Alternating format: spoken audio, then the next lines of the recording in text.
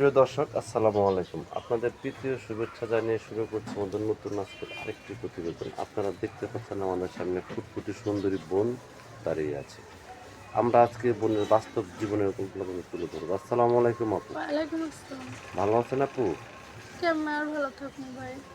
নাম কি আপনার? আমার নাম সুমি ভাই। সুমি, নামটা অনেক সুন্দর। নামটা কে রাখছে আপনার? আমার আম্মু রাখছিল ভাই। তার আম্মু আব্বু আছে?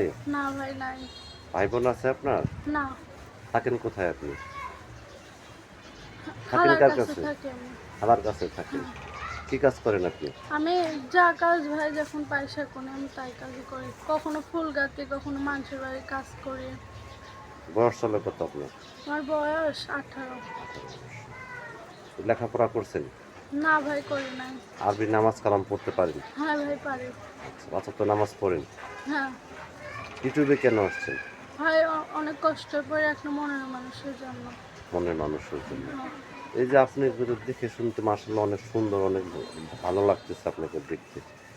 কিন্তু এই যে আপনি ইউটিউবে আসছেন, এই আপনার ইউটিউবে অনেক কিছু দেখবে, আপনার খারাপ লাগবে না?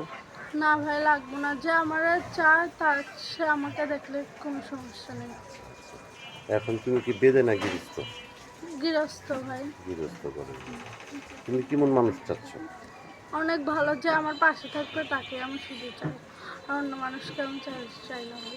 অন্য মানুষকে তুমি চাও না?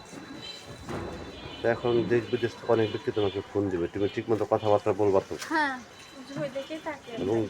দেশ বিদেশ থেকে অনেক ব্যক্তি তোমাকে ফোন দিয়ে বলতে পারে, সুমি আমি তোমাকে বিয়ে শাদী করতে চাই, তুমি কি রাজি হবা?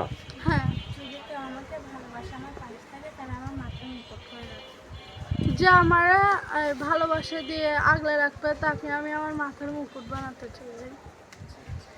তো প্রিয় দর্শক, এই সুমি আপুর কথাগুলো শুনলেন। সুমি আপু গৃহস্থ ঘরের মেয়ে, ইউটিউব চ্যানেলে নতুন আসছে। যদি কোনো ব্যক্তি আপুকে ভালোবেসে কাছে পেতে চান বা যোগাযোগ করতে চান, আপুর নাম্বারটি হচ্ছে 01318187 309। নাম্বারটা আমি আবারও বলছি, 01318187 309। এই নাম্বারে যোগাযোগ করতে পারবেন। প্রেম, ভালোবাসা, সাহায্য, সহযোগিতা যে যেটা করুন সেটা আপনাদের একান্ত ব্যক্তিগত ব্যাপার। দেশ থেকে নামাজ পড়েন, দেশ দেশটাকে ভালোবাসেন।